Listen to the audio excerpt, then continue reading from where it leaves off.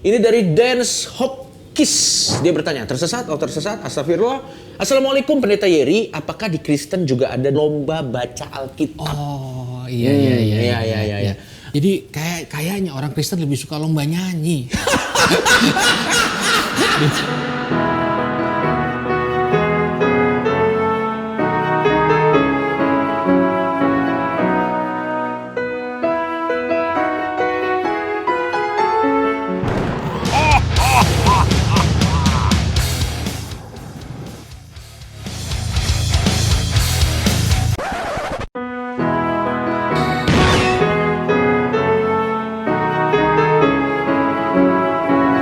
Balik lagi bersama gue Coki Pardede dan juga Pendeta Yeri Patinasarani. Tentunya kita di Domba Tersesat.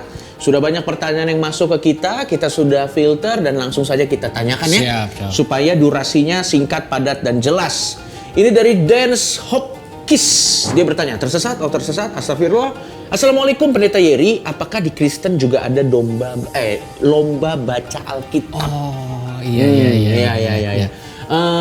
Iya, gue juga pengen tahu, ada nggak sih lomba baca Alkitab? Atau itu dulu, ada nggak? Oke, jadi kayaknya orang Kristen lebih suka lomba nyanyi dibanding lomba baca Alkitab.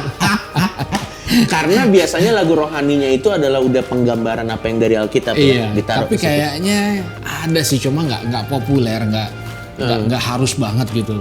Ada sih. Lomba hafal ayat Alkitab ada nggak? Ya biasanya di sekolah minggu sih dapat hadiah, ya lomba-lomba bukan event resmi. Ya. Event nasional gitu, reguler se-Jawa Barat, se-Jakarta nggak ada sih. Oke, tapi kalau dari Kristen sendiri menekankan nggak ke anak-anak mudanya untuk hafal isi Alkitab? Iya. Exactly kata per kata. Iya. Jadi sebenarnya Ini pertanyaannya. kalau dari Alkitab mendorongnya untuk melakukan, Ya. bukan cuma menghafal. Oke. Gitu. Jadi kalau arahannya ya cari tahu dan lakukan. Ya. Karena akan jadi sebuah masalah ketika seorang menghafal tapi menolak untuk melakukannya. Ya. Dia akan jadi troublemaker. Kenapa Anda lihat saya? Kenapa Anda lihat saya? Oke, baik. Iya baik, gitu. Jadi baik, ya. sebenarnya kan berbahagialah mereka yang mendengar dan melakukan. Ya, orang yang mendengar dan melakukan seperti mendirikan rumah di atas batu karang yang kokoh gitu. Jadi sangat menekankan pada mendengar dan melakukannya. Ya. Mendengar dan melakukannya. Mungkin dia dalam penghafalannya ya nggak tahu kata per kata gitu. Ya. Jadi ada namanya rema, ya, ada namanya logos. Logos yang kita dengar, rema itu pengertian yang kita dapat. Ya. Jadi sebenarnya ujungnya adalah sebuah pengertian Oke. dari apa yang dibaca gitu. Jadi hafal ya nggak ada salahnya. Ya. Tapi itu bukan satu-satunya patokan yang harus dilakukan. Pengertian dan melakukan itu jadi esensinya. Tapi setahu gua nih Bang Yeri Iya. ya, ini correct me if I'm wrong, setahu gua di Alkitab sendiri orang-orang yang membunuh Yesus itu adalah orang-orang yang hafal hukum. Orang Farisi hafal semua, Bang. Iya. Orang Farisi itu saking hafalnya, kalau gua nggak salah nih, dia tuh ditaruh loh hukum-hukum itu di bajunya tuh ada tulisan atribut-atributnya. ada atribut seremonial sekali. Ya? Seremonialnya semua situ memang, makanya itu yang menjadi sebuah kendala. Bahkan Yesus pun disalib. Gitu. Jadi otaknya penuh tapi hatinya kosong itu. Iya. Yang menarik adalah nah ini juga Yesus tuh kan dia waktu umur 14 atau berapa belas tahun pernah berdebat dengan ahli hukum. Iya. Berarti sebenarnya dia hafal. Dia hafal. Tapi dia tidak pernah kayak mengencourage ke murid-muridnya. Iya. Dia nggak pernah ahli debat gitu. Nggak pernah. Dia esensi-esensi aja gitu. Iya, makanya dia tidak menghafal untuk mendebat, apalagi menaklukkan orang dalam jadi saking hafal dan penuhnya dia memunculkan sebuah kesederhanaan sampai waktu Yesus ngomong itu nggak dibagi loh, Cok. Ayo anak sekolah minggu di sini. Oh iya benar. Saking simpelnya dan anak bisa ngerti, orang yang udah usia lanjut juga bisa ngerti. Dia nggak ada kewajiban harus menunjukkan intelijensinya, Iya, kecerdasannya gitu. Enggak. Jadi dia menyampaikan apa yang perlu. Kalau yang nggak perlu ya enggak. Ya begitu, dan itu akhirnya menjadi sebuah tolak ukur ketika orang harusnya semakin berisi, harusnya dia semakin lentur, bukan semakin sombong. Makanya gini, kalau orang datang ke gereja terus pulang, dia merasa lebih baik dari yang nggak ke gereja, Iya. itu artinya pergi berhasil pulang gagal. Gitu. Iya. Baik. Oke, menarik. Kalau gitu kita lanjut. Pertanyaan udah berat nih. Kalau kita lanjut ke pertanyaan yang selanjutnya. Wait, ini langsung kepanjangan. Oke, ini dia. Ini dari saya ini. Pak Pendeta mau nanya dong, kalau ada pendeta yang korupsi, dalam tanda kurung nih, menggunakan uang persembahan untuk kebutuhan pribadi dan foya-foya, bisa nggak dilaporin ke KPK? Saran saya sih, laporin, jangan ragu-ragu. Ya, karena integritas dalam keuangan tuh harga mati dalam menjalankan hidup bertuhan gitu. Baik. Kita nggak bisa memanipulasi dalam hal keuangan itu. Yesus dan Mamon itu sebuah penjabaran yang sangat krusial dalam penggunaannya. Bahkan gereja-gereja harus bersedia diaudit. Harusnya gitu loh. Maksudnya karena jumlahnya fantastis. Ya, itu dia. Iya. Sehingga tidak menimbulkan kecurigaan. Sebenarnya lebih ke itu ya. Lebih kecurigaan kan. Sehingga nggak tercipta sebuah asumsi publik. Ujung-ujungnya duit, malas gua. Iya. Kenapa lu malas kasih persembahan sih sekarang? Malas kok diputerin. Padahal mungkin belum tentu ya. Iya. Tapi karena mungkin tidak dibuka, jadi Betul. asumsinya juga nggak bisa disalahin. Tidak bias, tidak liar, sehingga padahal firman punya nilai-nilai penting dan sakral dalam hal keuangan, supaya itu nggak menjadi blunder ya. Dan kayaknya baiklah untuk kita menjaga hati kita. Bagaimana kita membiarkan diaudit, diperiksa atau menanggung sebuah konsekuensi hukum ketika terjadi sebuah penyalahgunaan keuangan. Karena ini cukup menjadi hal yang sensitif ya. Betul. Masalah dalam hal apapun, bukan cuma dalam agama. Berarti sebenarnya apabila ada seperti ini ya idealnya memang harus ada pengawasan yang dilakukan ya sebenarnya. Idealnya sih begitu. Baik. Oke. Kalau gitu silakan Anda lakukan apa yang ingin Anda lakukan. Saya ini. Ini dari Juanta Tengko. Tersesat haleluya. Bang Pendeta dan Paman Coki mau nanya dong, kenapa orang Kristen jarang kesurupan? Berdasarkan apa dia nanya ya? Mungkin ya. Mungkin karena, nah pertanyaan gue dulu. Ada orang Kristen yang kesurupan? Lu pernah menghandle orang kesurupan? Kasus kesurupan? Ada sih, ada.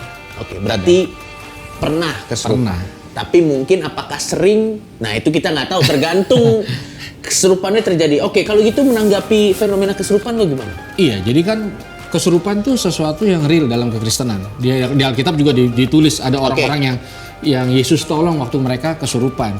Tapi bagaimana menghandlenya harusnya berbeda dengan orang-orang yang nggak kenal Tuhan dari cara menghandlenya. Gitu. Nah lalu kenapa sepertinya ya banyak yang enggak? Ya. Jadi dalam satu ajaran di dalam firman Tuhan ada yang dikatakan seperti ini, Cok. Roh Allah yang di dalam kita lebih besar dari roh manapun yang ada di dunia. Jadi kita tuh didorong untuk percaya bahwa ada sesuatu yang lebih besar di dalam diri kita kalau kita punya Tuhan. Tapi bukan kita pakai untuk power-poweran, nantang-nantangin gitu enggak. Yang membuat kita sebenarnya punya otoritas lebih dari setan. Ya, knowledge-nya tuh di situ sehingga, nah ini penting nih, kita tidak bereaksi berlebihan sama unsur-unsur okultisme yang ada hubungannya dengan kesurupan dan yang lain-lain. Diajak ngomong, suruh nyanyi, suruh salto, kayak gitu. Jadi lebih elegan lah sebenarnya ke situ. Berarti mengakui ada yang namanya possession atau kesurupan. Ada. Tapi reaksinya itu tidak memberikan spotlight berlebihan kepada hal itu. Betul. Lebih kedorong ke mengerti kebenaran dibanding ngusir setannya kayak Ghostbuster gitu. Ada fenomena sempat terjadi beberapa tahun lalu bahwa pelayanan supranatural lah di mana orang jadi yang kerasukan tapi kalau nggak dibenahi dalamnya Alkitab berkata dia bisa kembali membawa teman-teman yang lebih jahat. Oke, baik. Berarti apakah orang Kristen jarang kesurupan? Gua rasa sih kesurupan sih ada juga yang kesurupan.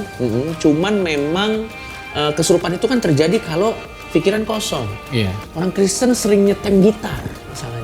Jadi jarang pikiran kosong karena nyetem gitar, ngurus IMB juga. Jadi jarang kesurupan. Oke, next pertanyaan selanjutnya.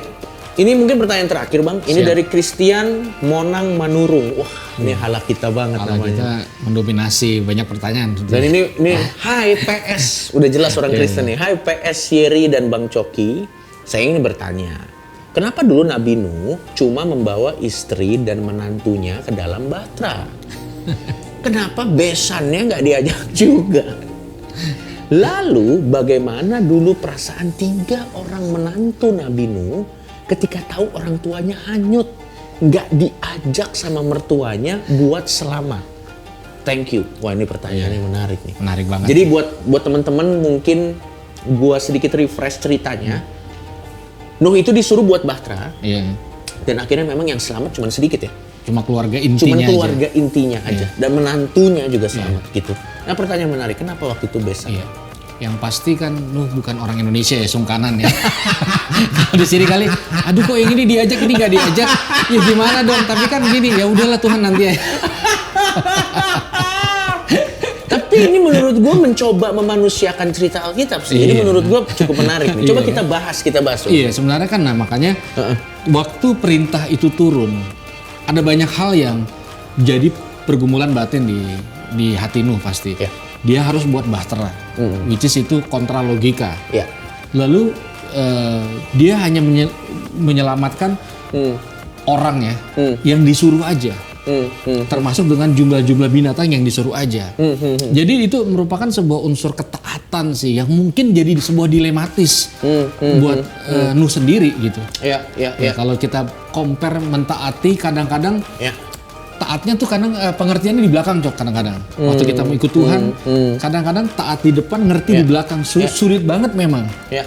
Ya kenapa nggak diajak ini, yang ini diajak, kenapa yang lain nggak diajak? Betul. Seperti dan itu sebuah dilematis sih. Tapi itu bentuk penghormatan Nuh dengan apa yang sudah Tuhan perintahkan secara absolut. Gua coba di-correct me if I'm wrong, coba dikoreksi kalau gue salah. Setahu gua pada saat perintah itu turun, kalau nggak salah Nuh sempet juga mengajak orang-orang yang ada di sekitarnya kayak, ayo Iya. ikut. Dan akhirnya efek dari mereka diketawain Nuh. Iya, betul. Nuh tuh diketawain, orang gila.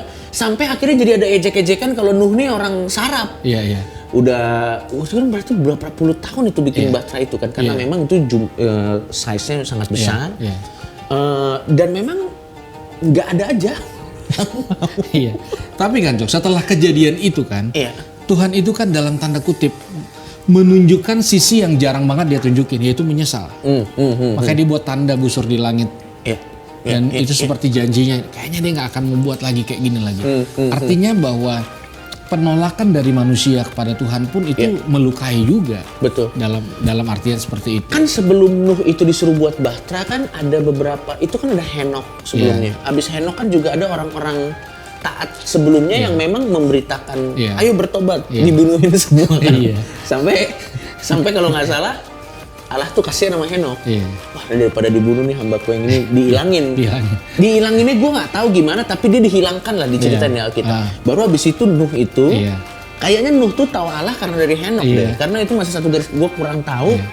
Dan akhirnya ya udah nih kayaknya orang-orang ini karena ada Nephilim kan waktu itu kan. Iya, jadi ternyata tanda-tanda heran, tiang awan, tiang api nggak buat orang berubah juga. Gila ya. Gitu sih. Lu kebayang? Ini depan lo Roti nih, ada mana, musisi gitu. iya. Biasa aja gitu. Bikin lembu emas. Nggak. Gimana zaman kita nih? Iya, makanya buat orang-orang yang padahal sekarang kan kalau misalnya Tuhan mengeluarkan mukjizat pasti akan lebih banyak yang percaya. Tidak. Terbukti kok yang gambar Yesus muncul di tembok, di roti ada enggak, orang cuma seru-seruan aja. Habis itu maksiat lagi. Karena memang karena dan ya ampun orang Israel tuh kurang mukjizat apa, Bang? Iya. Makanya mukjizat nggak selalu buat orang berubah. Iya. Jadi jangan mengedepankan yang magic gitu, belum tentu orang berubah. Iya. Karena yang lebih tentu tuh ya itu tindakan, identitas dan yang lain-lain. Dan itu yang message yang dibawa oleh Yesus Kristus. Betul. Baik kalau begitu, terima kasih pertanyaannya. Sampai ketemu lagi di Domba Tersesat selanjutnya. Dan silakan ini tawarannya masih terbuka buat teman-teman mungkin yang ingin grup komselnya atau gerejanya. Apakah nanti kita bisa via Zoom? Pokoknya apapun itu coba DM aja Instagramnya Bang Yeri, nanti ada di bawah sini. Nanti biar di follow up sama Bang Yeri, kita akan lihat apakah kita bisa syuting di sana atau mungkin kita bikin diskusi. Nggak usah di-upload aja, kita bisa kalau bikin. mau ibadah keluarga juga. Oh, boleh, silakan. Tapi pastikan kalau anak Anda 8 jangan kecil-kecil. Jangan, opsi juga kayaknya diedukasi dulu, jangan langsung ya. Jangan langsung nanti. Mandok Hatta akhir tahunnya panjang nih. Udah gitu aja kali. Terima kasih banyak. Sampai ketemu lagi di Domba Tersesat selanjutnya.